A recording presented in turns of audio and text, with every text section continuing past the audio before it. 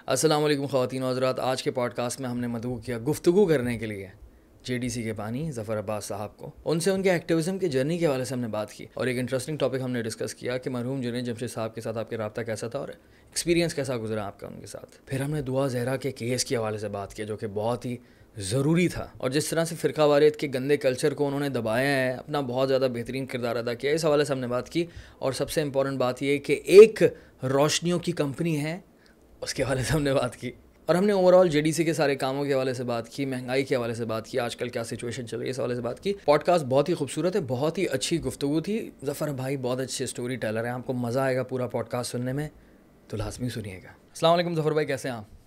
दुआएं चाहिए, खैरियत से।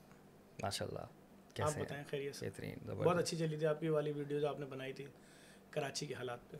कौन सी वाली? जो मेरे साथ आपने नहीं की थी, कराची के हालात पे, कब सड़कें बनेंगी यहाँ पर, बहुत नेक्स्ट लेवल कब ट्रांसपोर्ट होगी। मैं आपको बताऊं, लिटरली बहुत कम सुपर ह्यूमंस में ऐसा। एक और थी, आपने शायद देखी हो कि एक लड़की थी, हमना नाम है उनकी, उनके जो है ना भाई का मर्डर हुआ था। हाँ, उस पर मैं और मेरे साथ ये फंसी था, कैमरे के बैठे हुए पीछे बैठकर हम लोग लिटरली रो रहे थे। कोई पॉसिबल नहीं था मैं अपने आंसू रोक सका। आपने जो स्टोरी बताई थी ना, वो जो एक खातून की, वो जो पैदल चल कर आई थी फैमिली, बड़ा बैड सीन था वो, बड़ी। अरे रोजाना दिन में 1000 स्टोरीज आ रही हैं अब तो यार, कहाँ लाके छोड़ा इसको। अभी शुरू मैं वहीं से करूँगा कि यार ये जो एक्टिविज़म है या फिर सामाजिक कारकुन है, ये आप बने कैसे, ये ख्याल कैसे आया? क्योंकि मुझे तो ज़िंदगी में कभी ख्याल नहीं आया, आपको कैसे ख्याल आया? नहीं, सामाजिक कारकुन जो होता है, सोशल वर्कर पैदाइशी होता है।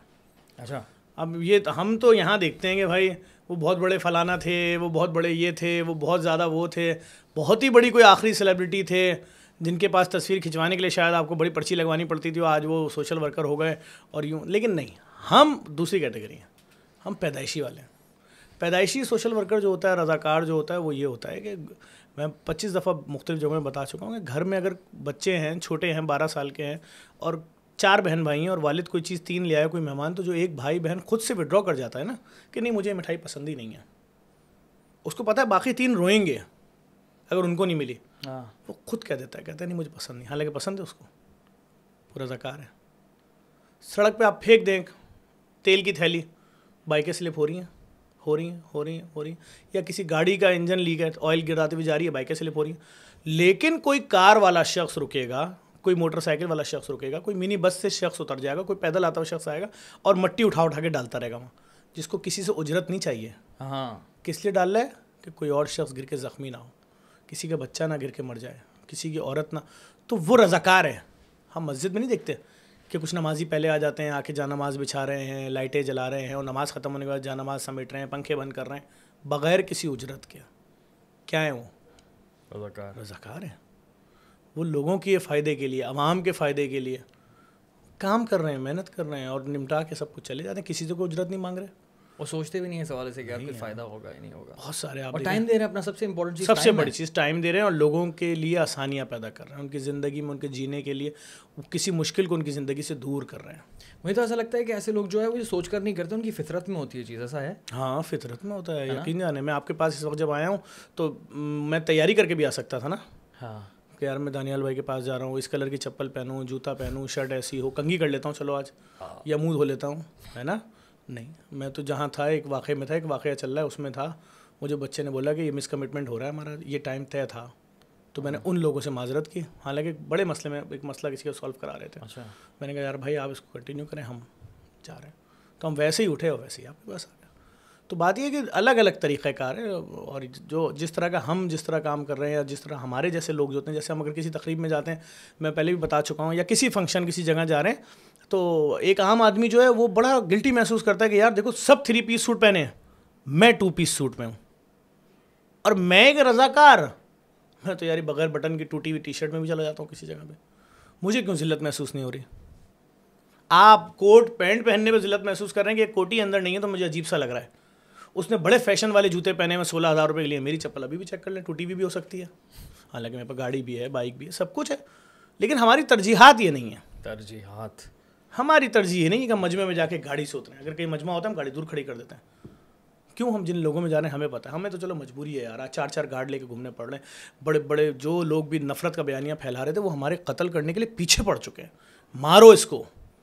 ये क्यों कह रहा है कि सब कोई ज़बान अबान नहीं होती, सब एक है। हाँ, इस बारे में बात करूंगा बड़ी डिटेल तो में। बस ये सब मुश्किल, लेकिन हर एक का सोचने का अंदाज़ अलग है। हम किसी तकरीब में जाते हैं, हम वहाँ जाके देखते हैं कि ये जो शख्स दरवाज़ा खोल रहा है, बेचारे इसके भी तो बच्चे होंगे, कहीं इसका बेटा आ गया अभी इस तकरीब में, दरवाज़ा खोलेगा, बेटा कहाँ खड़ा होगा, क्या सोचेगा।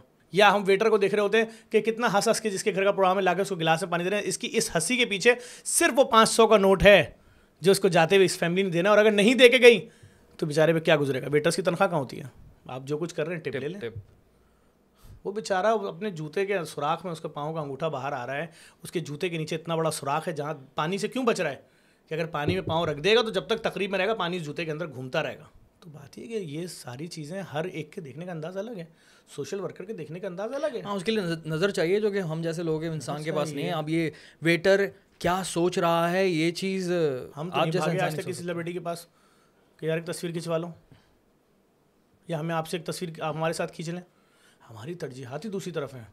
हम अलग चीज़ सोच रहे होते हैं कि यार ये बेचारा वेटर सुबह से टेबल कुर्सियाँ साफ़ कर रहा था, इसने टेबलें चमकाई, फूल चमकाए, गिलास धोए, बर्तन धोए, कवर चढ़ाया, सब कुछ रेडी किया। अब ये तकरीब शुरू हो गई, इसके बाद ये सब चीज़ें वाइंड अप करेगा, समेटेगा, चमकाएगा, धोएगा ताकि हॉल में बदबू ना आए खाने की, क्योंकि कल दूसरा प्रोग्राम है। नतीजे में क्या मिलेगा इसको, हम ये सोच रहे होते हैं।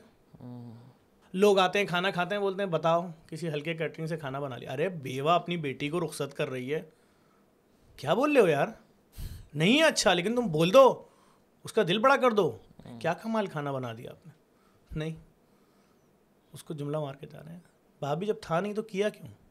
हम वो कैटेगरी नहीं है, हम तो रज़ाकार हैं। हम तो ये सोच रहे होते हैं या अल्लाह इस बेवा ने कैसे इतना बड़ा अरेंजमेंट कर लिया, खुदा ने इसके लिए कैसे रास्ते बनाए, कैसे किया होगा। तो बात ही अलग अलग अलग अलग, हर एक का सोचने का अंदाज़ अलग, देखने का अंदाज़ अलग। एक अमीर आदमी है, एक मगरूर आदमी है, एक बहुत पैसे वाला आदमी है।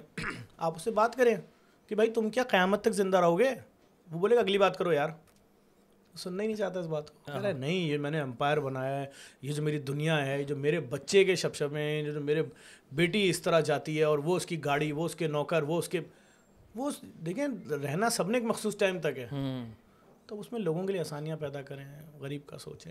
जेडीसी के बारे में बताएं, जेडीसी का नाम कैसा है और ये शुरू कब किया आपने?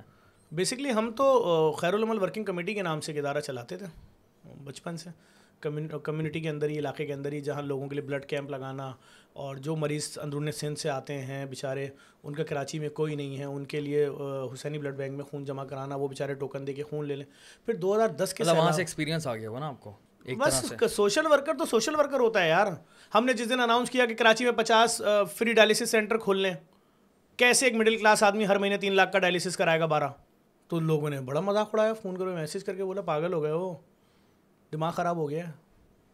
पता है डायलिसिस सेंटर क्या होता है, एक क्या होता है, 3.5 लाख तुम डायलिसिस करोगे सालाना।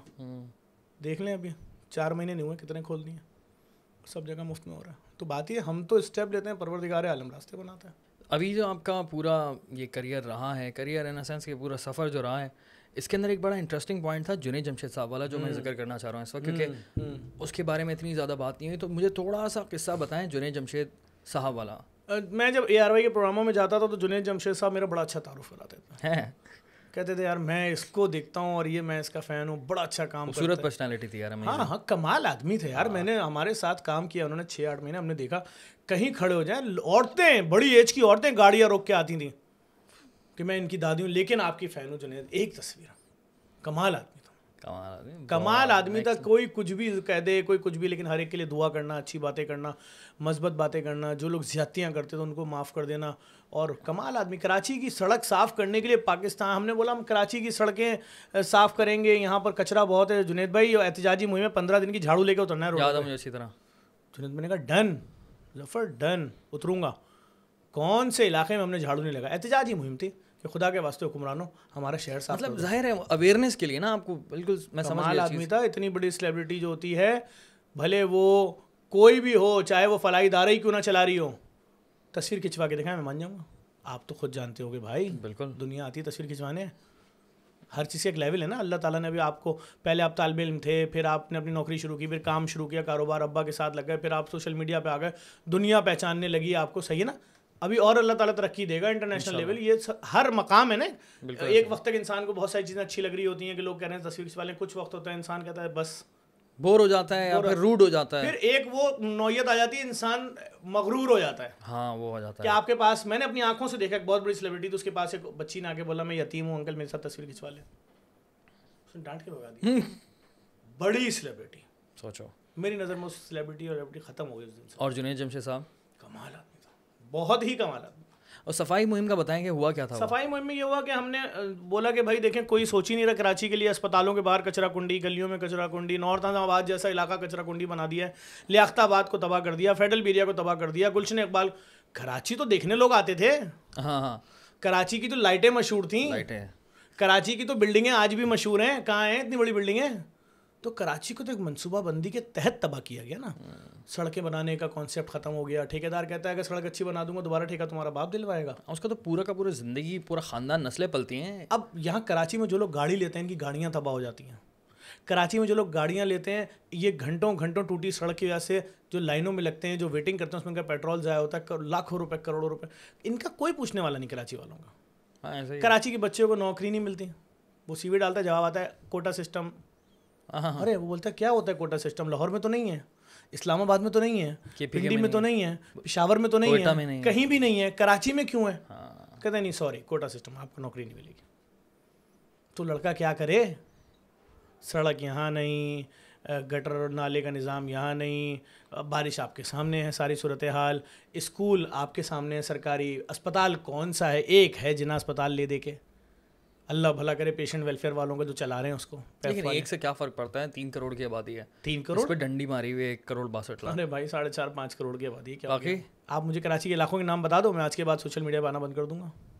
सही बात है, किसी को भी नहीं पता है। घूमने की बात नहीं कर रहा, हाँ सिर्फ नाम की, सिर्फ नाम पूछ रहा हूँ। हाँ कंडक्टर भी सिर्फ अपना रूट गिनवा सकता है। नहीं बहुत कितने रूट हैं, चले कोई वो बता दे मुझे, एक आदमी अकेला।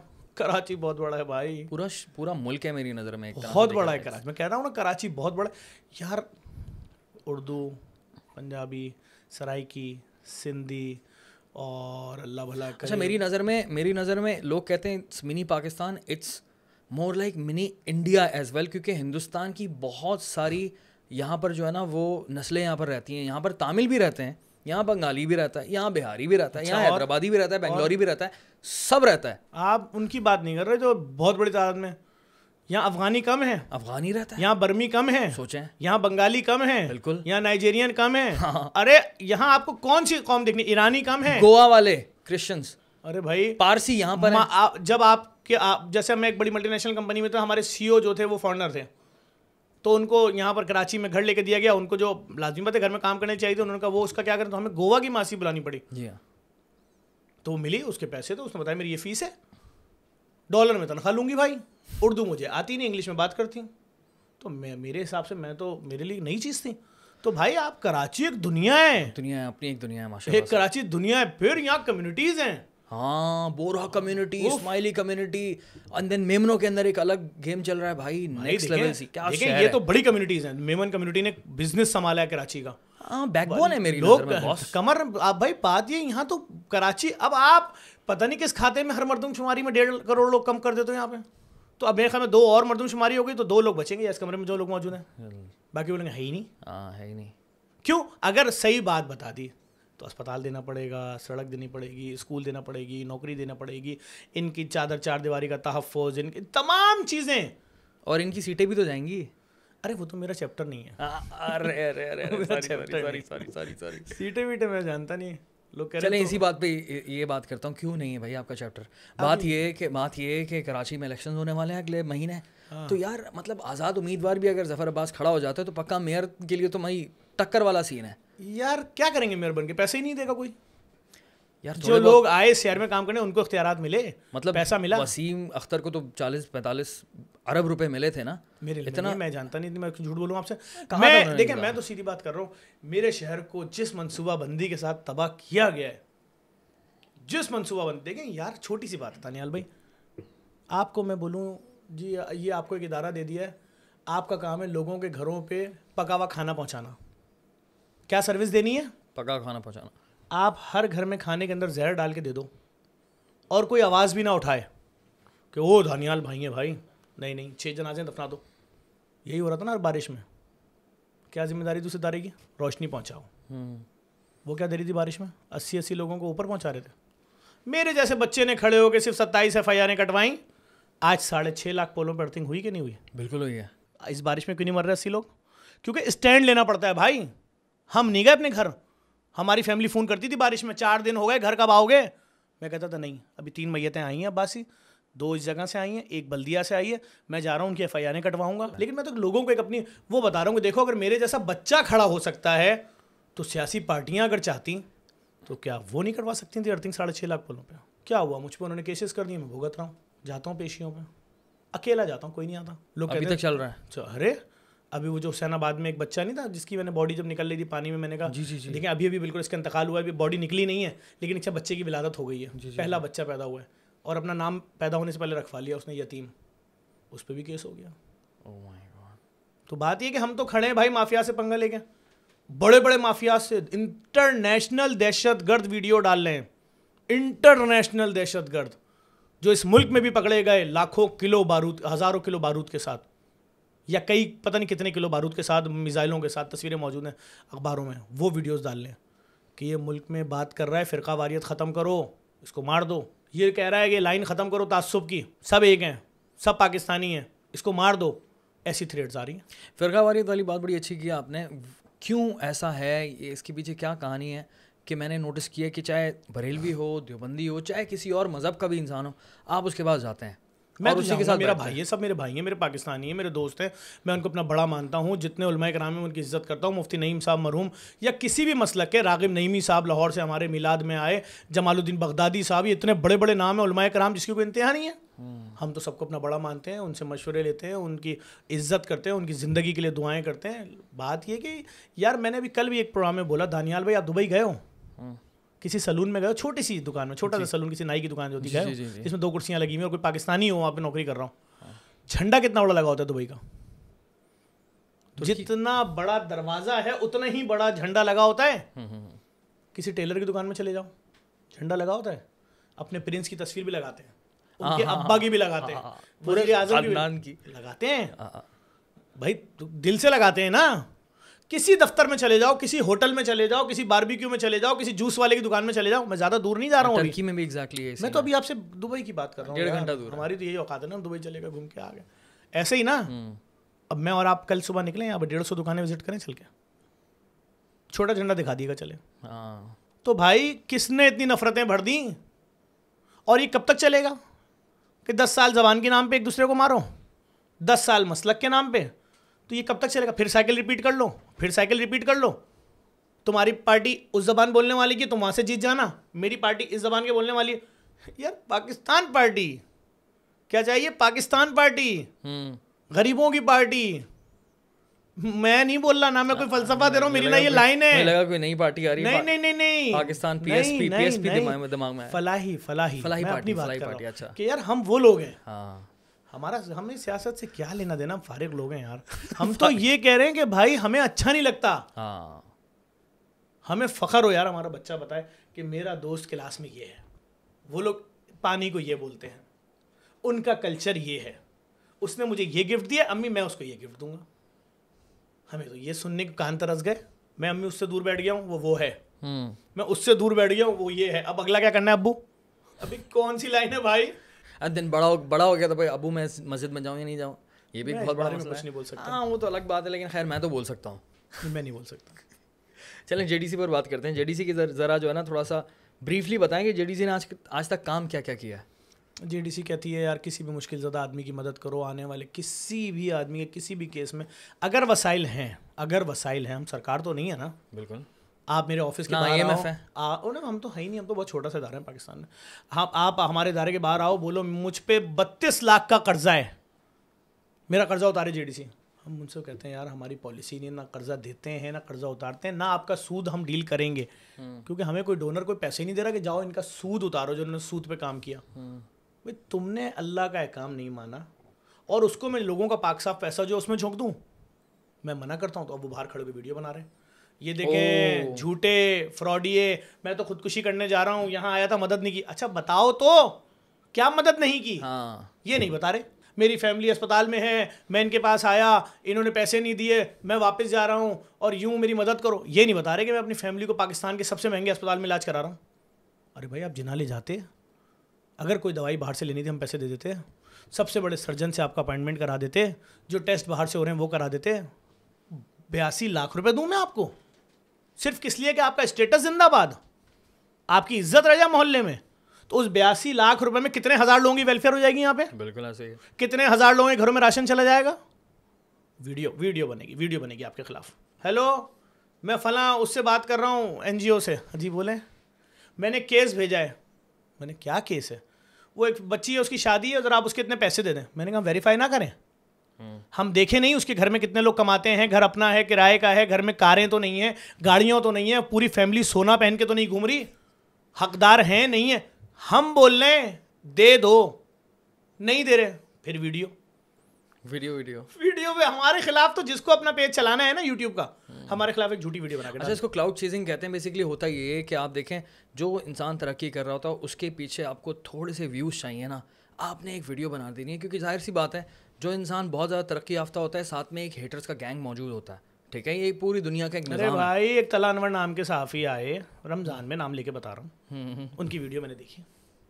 वो एक खातून का इंटरव्यू ले रहे, अरे आप JDC में अफ्तार करने आए? देखी थी मैंने, देखी थी। आप JDC में अफ्तार करने, आपको खाना नहीं मिला? अच्छा, मैं भी तो आया था सैरी करने। अरे वो सुने तो, आप JDC में अफ्तार करने, आपको खाना नहीं मिला? अब ये प्रोमो चल रहा है, तो बोली नहीं मिला, अब तो मैं रात भर भूखी रहूंगी। अरे अफ्तार था भाई, तुम आगे रोड पे खा लो, तुम किसी दस्तरखान पे खा लो, घर जाके खा लेना शॉपिंग के बाद। सामने एक और दस्तरखान लगा हुआ था। 17 मिनट की उस वीडियो में 14 मिनट तक हमारा काम लगाते रहे, और 15वें मिनट बोले अरे ये तो किसी और का दस्तरखान चल रहा था, JDC का ये है दस्तरखान। और प्रोमो में क्या डाला? शुरू वाली चीजें। हाँ, देखें यार, ज्यादती देखें। और जब मैंने उनसे बोला ये क्यों किया, तो एक समाजी इदारे के उन्होंने एक शख्सियत का नाम लिया। अच्छा जी। उनकी पूरी मतलब बस उन्हें नाम है, चुप हो गया, नहीं चलो। मतलब आप क्या बताऊं मैं आपको, क्या क्या शरारतें फेस करते हैं ज़िंदगी भर। भाई बात ये समझें, हम जो काम कर रहे हैं, हम हुकूमत तो नहीं है ना। क्या दुनिया में किसी ने इतनी बड़ी राशन ड्राइव चलाई कोविड में जितनी बड़ी हमने चलाई? डेली 30,000 बोले 16-18 अरब रुपए का राशन बांट दिया। 2-3 मरतबा आया था, मैंने देखा था अपनी आंखों से। कैसा काम था? ज़हन कबूल कर रहा था? बहुत नेक्स्ट लेवल माशाल्लाह। क्या कर रहे थे लोग? क्या करना चाहिए था कि भाई एक बार पहाड़ सजा देते, ये दाल का पहाड़ है, ये चीनी का पहाड़ है, ये गंदम का है, ये बेसन का है, ये फलाने का है, ये चाय की पत्ती है, और डेली उसी की वीडियो डालते रहते हैं। तो भी पैसा आता। ऐसे ही होता है ना। हमने तो ये नहीं किया, हम तो डेली बताते थे आज 30,000 बोरे आटे में 20,000 पाकिस्तान फ्लोर मिलने दिया, 4,000 इसने दिया, 3,000 इसने दिया, 2,000 इसने दिया, ये होगा 30,000 बोरे।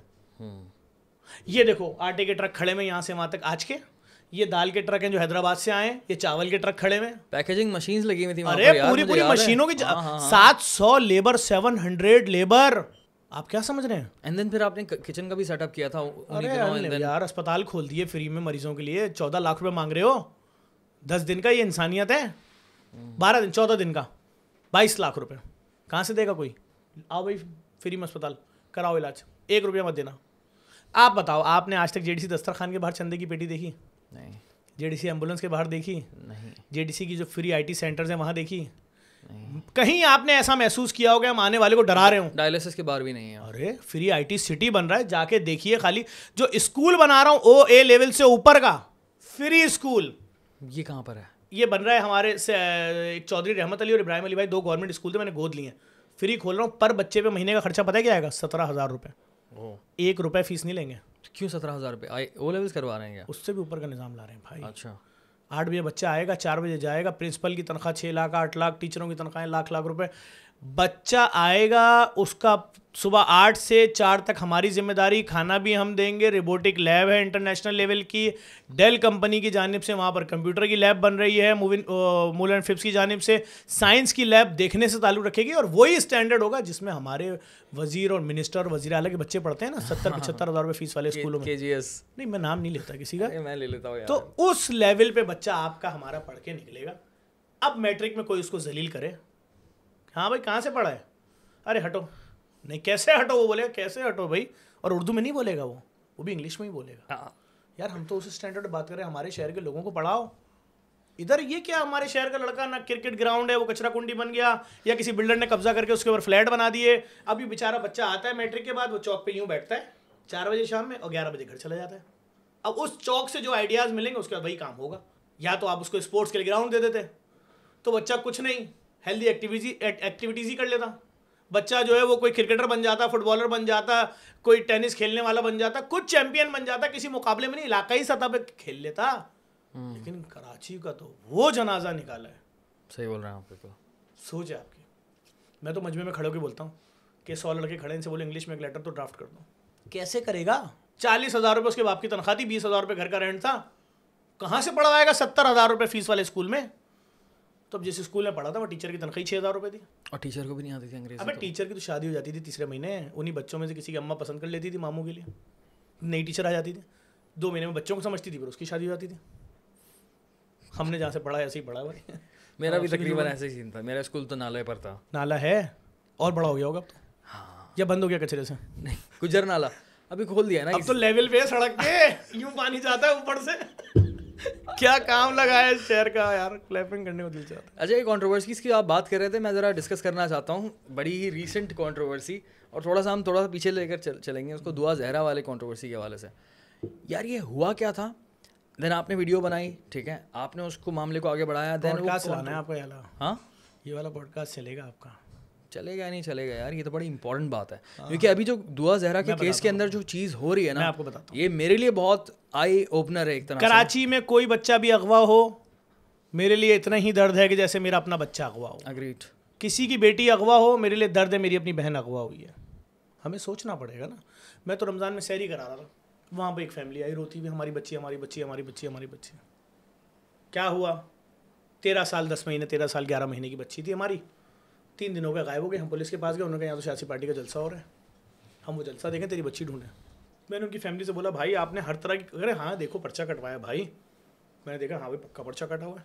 तो मैंने कार्रवाई कहने कुछ भी नहीं शुरू हुई। अच्छा, मैंने देखिए मैं वीडियो बनाऊंगा, हमारी रीच अलग है, हर तरफ से आवाज़ उठेगी, पूरी सिविल सोसाइटी हरकत में आएगी, सारे सोशल एक्टिविस्ट। अब तो अल्हम्दुलिल्लाह जेडीसी ने अपने सोशल वर्क से पाकिस्तान में लाखों सोशल वर्कर वैसे ही तैयार कर दिए। हम तो हर काम देते करते हैं और लोगों को दिखाते हैं सिखाते हैं। ये नहीं दिखाते किसकी मदद की है, लेकिन उनको सिखाते हैं कि भाई देखो 15 रुपए से भी मदद हो सकती है, किसी की ज़िंदगी में तब्दीली आ सकती है। तुम्हारे पुराने जूते जिसमें सुराख नहीं हुआ है लेकिन पुराने हो गए या छोटे हो गए, वो भी किसी ऐसे शख्स के जो बेचारा टूटी हुई चप्पल पहन के आ रहा है उसकी ज़िंदगी में तब्दीली ला सकता है। तो लोग कहते हैं हाँ बात तो सही कर रहे हैं, हम सब मिलकर दोस्त ये करते हैं, जमा करते हैं और लोगों को देते हैं। तो इससे फ़ायदा किसका हो रहा है? लोगों का फ़ायदा हो रहा है ना। हमने तो इतने लोग तैयार कर दिया। अब जब उस फैमिली ने आके बोला कि जफर भाई ऐसा ऐसा हो गया, हमारे लिए वीडियो बना दे, रो रही है, माँ रो रही है, खाला रो रही है, बाप रो रहा है, मेरी जवान बेटी घर के बाप। मैंने वहाँ उनके साथ एक वीडियो बना दी बैठ के। मैंने कहा ठीक है भाई, वज़ीर आला साहब आपकी भी बेटी होगी, appeal soon low. Chief justice of Pakistan आपकी भी बेटी होगी, अपील सुन लो एक बाप की। सबके नाम लिए मैंने, वज़ीर आज़म साहब, आर्मी चीफ साहब, सबको मैंने उनकी फरियाद जो थी वो मैंने सुना दी। और वहाँ से वो मामला उठा। अरे वो वीडियो एक रात में कोई 2 लाख और दूसरे दिन वो 4 लाख और तीसरे दिन वो 15 लाख शेयर हो गई। वो एक पूरे हिला दिया उसने पूरे सिस्टम को। बच्ची कहाँ है, इनकी बच्ची ढूंढो, कहाँ है कहाँ है कहाँ है कहाँ है। एक सिलसिला शुरू हो गया भाई, और ट्विटर पर ट्रेंड था 2-3 दिन तक। अरे शोर मच गया। बिल्कुल। और ये मामला जो कि एक आम अगवा वाले केसों की तरह खत्म। और ये रोज होते हैं इस तरह के केसेस। कितने होते हैं? एटलीस्ट पंजाब में 10-15 होते हैं। मैंने हजारों केसेस हैं, महीनों के हजारों। सोचें मसला यहाँ तो इज्जत का आ जाता है ना फौरन। बेटी गई है, रात गुजर गई, अब क्या वापस ले लोगे घर में? ओ यार क्यों नहीं लोगे भाई? बेटी है मेरी, ढूंढो। नहीं वो मोहल्ले वाले क्या बोलेंगे, फलां क्या बोलेगा। अरे क्यों क्या बोलेगा भाई? मेरे जान है, मेरे जिगर का टुकड़ा है यार, ढूंढो। तो भाई हमारा दर्द तो ऐसा ही है। हमने आज तक किसी से नहीं पूछा भाई, जो परेशान आदमी आता है। एंड देन क्या होता है? आपके सामने उसके बाद जो कुछ हुआ है। एंड देन उसके बाद जो है वो लड़की मिलती है, एंड देन फिर आपके साथ हो जाती है कंट्रोवर्सी। नहीं, मेरे साथ कुछ नहीं हुई। मेरे साथ सारे साल चलती है, मुझे उसकी प्रॉब्लम ही नहीं है। मेरे साथ सारा साल होती है। मुझे तो राशन बांटते हुए इतना तंग किया कि तो जफ़र उस मज़हब वाले को दे रहा है मत देना, जफ़र तो उस मसलक को भी दे रहा है मत देना इसको आटा। मैंने चावल दाल का दाना हाथ पे रख के वीडियो बनाई। मैंने कहा है लोगों, इस दाल से पूछ रहा हूँ आधे घंटे से अपना मसलक बता दे, नहीं बता रही। इस दाने से पूछ रहा हूँ अपना मज़हब बता दे, नहीं बता रहा। तो क्या करूँ? मैं सबको दूंगा, जो भूखा आएगा।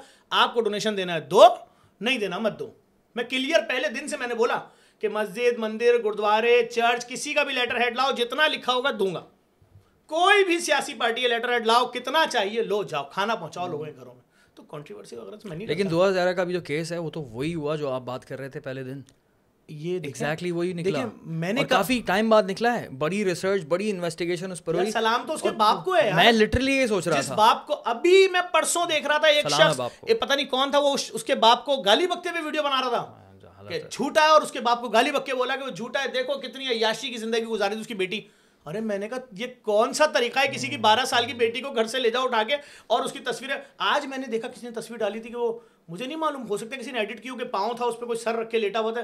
मैंने कहा या अल्लाह, ये दिन भी देखने थे, ये किधर जा रहा है मामला, किस तरफ जा रहा है माशरा।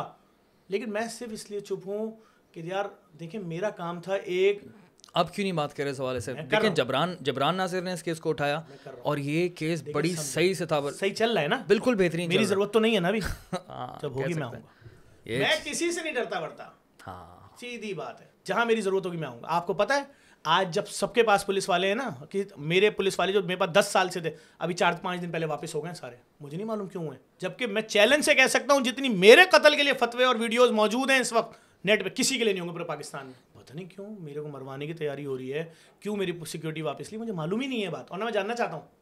ले ली तुम्हारी मर्जी होगी भाई। लेकिन बात ये, हमें इन कंट्रोवर्सी से कोई फर्क ही नहीं पड़ता। हमारा काम है यार, हम सुबह आपको यहाँ काम करते हुए मिलेंगे, दिन को यहाँ मिलेंगे, रात को यहाँ मिलेंगे, हमें इनसे फर्क ही नहीं पड़ता। हम पे बहुत लोड है पहले ही यार। एक डायलिसिस सेंटर का 18 से 20 लाख रुपया खर्चा है, डॉलर कहाँ चला गया, 18 लाख 36 लाख पे चला गया। कौन देगा? मरीज जब तक कब्र में नहीं जाएगा डायलिसिस होगा उसका, ट्रांसप्लांट हो नहीं सकता। जो पीर को मरीज आया है वो बुध को दोबारा आएगा, जो बुध को आया है वो जुम्मे को आएगा। उसने तो मशीन पे लेटना है 4 घंटे। आप पैसे अरेंज कर लें जफर अब्बास साहब, जिस डोनर को फ़ोन कर रहे हैं भाई, वो आप हर महीने सपोर्ट, तुम्हें जफर हालात नज़र नहीं आ रहे हैं? नहीं अल्लाह बेहतर करेगा भाई, आप तो परेशान नहीं हो। ओके बेटा जफर, अभी 2-3 महीने बाद फ़ोन करना भाई, समझो हालात तुम्हारे सामने। अच्छा, कोविड के टाइम पे आपने हालात देखे थे पूरे के पूरे, मुझे ऐसे लोगों ने फ़ोन किया, मैं नाम लूँ क़यामत मच जाए, कि जफर बेटा ये पैसे नहीं बांटने के होते, ये जो आ रहे हैं रखो, बिल्डिंगें लो, इन्वेस्टमेंट करो, प्लॉट बनाओ, प्लाजा बनाओ, उसकी अर्निंग से वेलफेयर करना। तो मैंने कहा जितने दिन वो बच्चे भूखे रहेंगे, जिनके खाने के लिए पैसे आ रहे हैं, उस गुनाह का जिम्मेदार कौन होगा?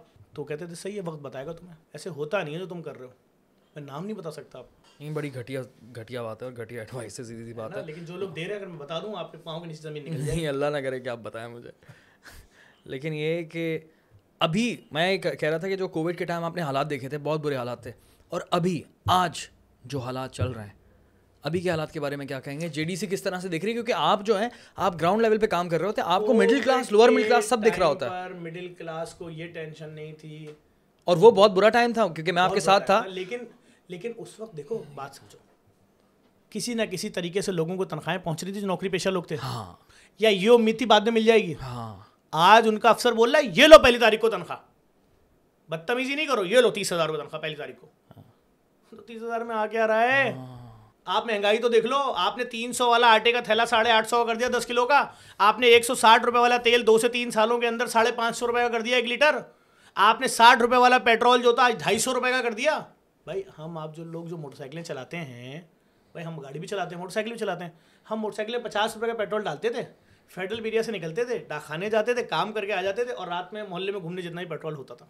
ये मैं ज़्यादा पुरानी बात नहीं कर रहा, सिर्फ 6 महीने पहले की बात कर रहा हूँ। देखें कितना बड़ा डिफरेंस है। आज आप 50 रुपये का पेट्रोल बोलो, डालता है वो पंप वाला? डालेगा? कभी भी नहीं डालेगा। अगर वो आपका हुलिया देखेगा कि हाँ यार ये कोई फकीर है, तो क्या डाल दो 50 रुपये का पेट्रोल।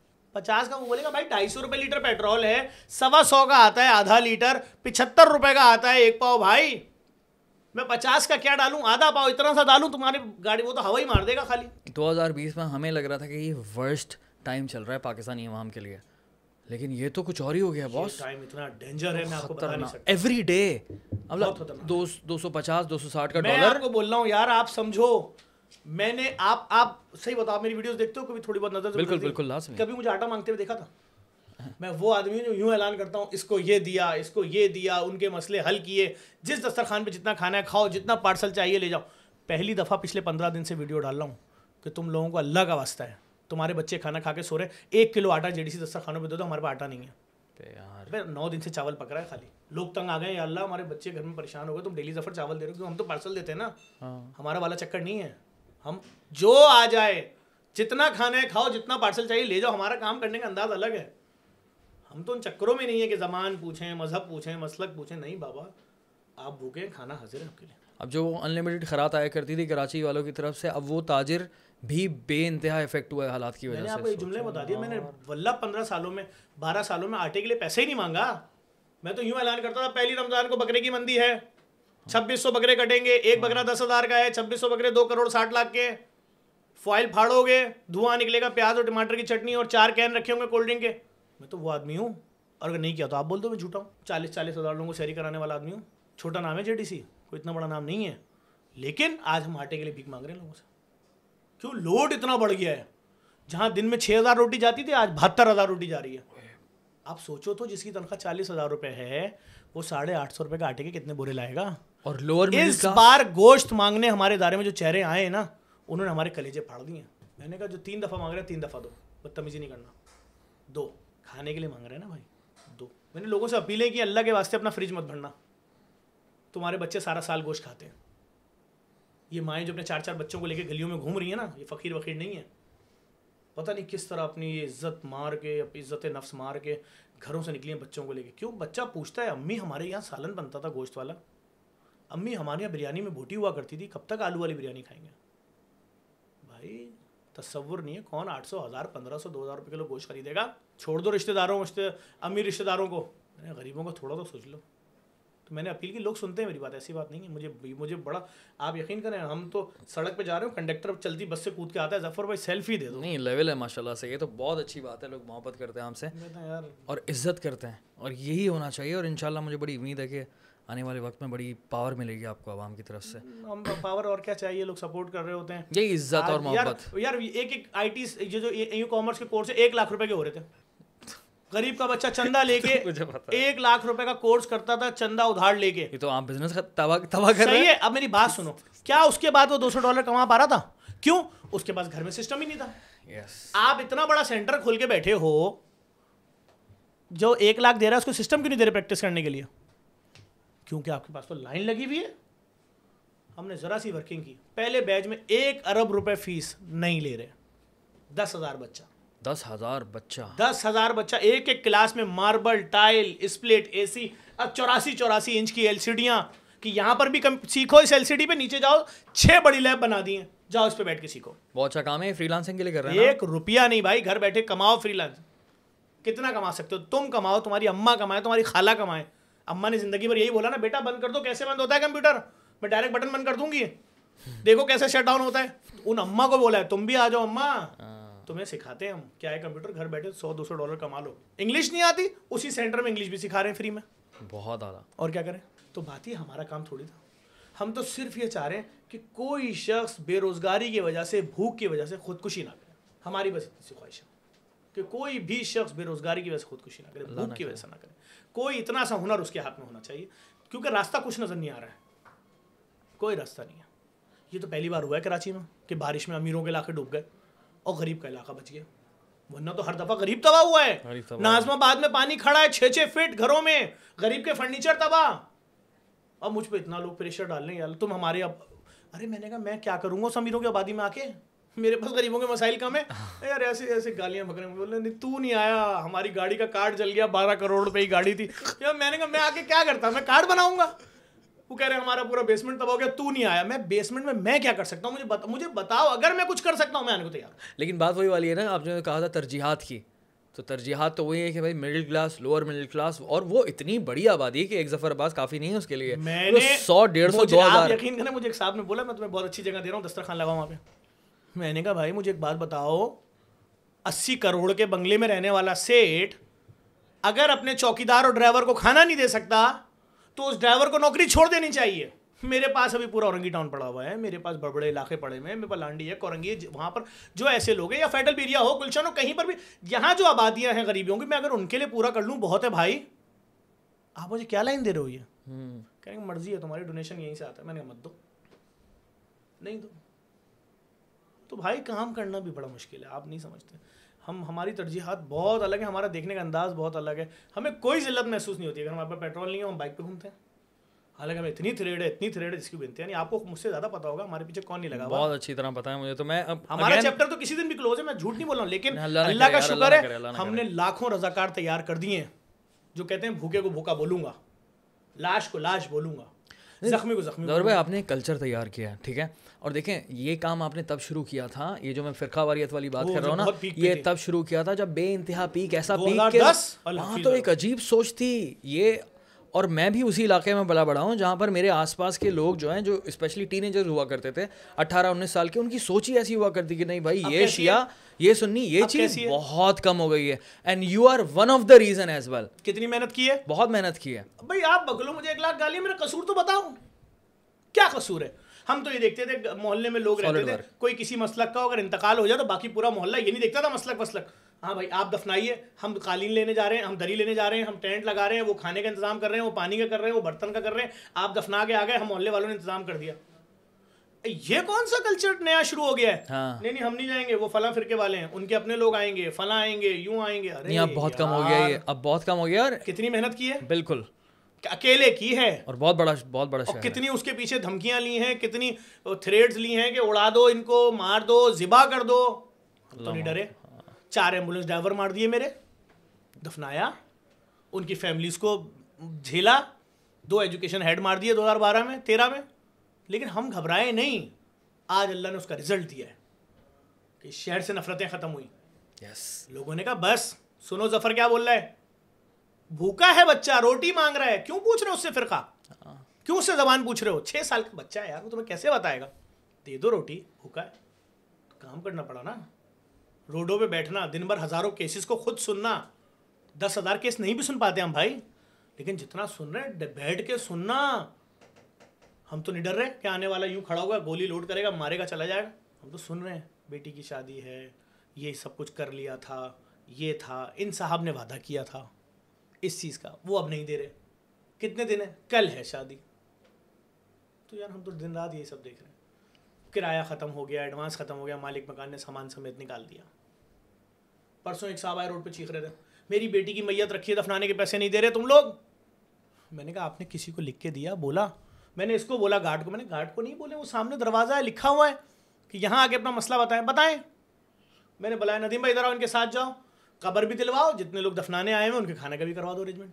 और बोले अंकल ये जा रहे हैं आपके साथ। ठंडे हो गए अंकल? नहीं, उन्होंने यहीं से फ़ोन किया डायरेक्ट कब्रिस्तान के जो वो हैं डायरेक्टर कि सर वो एक कब्र करवाएं, मैं आ रहा हूँ फैमिली को लेकर। उन साहब ने जो जगह बताई वहाँ तक उनके साथ गए, वहाँ से भाग गए। उसका फ़ोन आया, 2 घंटे हो गए, वो साहब आ ही नहीं रहे। और ये क्या है? मैंने कहा अच्छा उनको ढूंढो, अगर वो मिल जाए 5,000 रुपये उनको दे देना। ये क्या था? भूख, खाना नहीं है घर में, क्या करे बाप? यही तो बोलेगा मेरे बच्चे मर गए, दफनाना है, लाओ पैसे दे दो। कहाँ पहुँचाया आपने हमारे लोगों को? मैंने नहीं बोला अपने लोगों से अगर मिल जाए उनको धक्का देना, बदतमीजी करना उनसे। मैंने जहाँ मिल जाए 5,000 रुपये दे देना, पता है ना मुझे। और मैं फिर कह रहा हूँ खुदा किसी पे ये वक्त ना लाए कि अपने बच्चों की जाली मौत का बोल बोल के दफनाने के पैसे के नाम पे रोटी और आटे के पैसे जमा करने पड़े। बहुत बुरा हाल है शहर में लोगों का, किससे फरियाद करें? मिनिस्टर इतने पैसे वाले हैं, इतने बड़े बड़े लोग हैं, अमीर लोग हैं, सुनते ही नहीं। स्ट्रेस कितना होता है इस काम का इन दिनों? स्पेशली 400 रहती है मेरी शुगर एनी टाइम। आपको तो है डायबिटिक, मुझे पता है। 400, ये सब दांत गिर चुके हैं, सब मसनूई दांत है। शुगर ने सबसे पहले अटैक किया दांत पे। आप आए मेरे ऑफिस बैठ जाए, 1000 केस है दिन का डिप्रेशन वाला, किधर जाए? अच्छा वो सामान तो बाहर फेंक दिया मालिक मकान ने, तो मैं उनको क्या बोलूँ? अरे भाई आप क्या समझ रहे हो? अगर आप ये ऐलान कर रहे हो, देखो सबसे पहले आपको बहुत बड़ा दिल चाहिए ऐलान करने के लिए।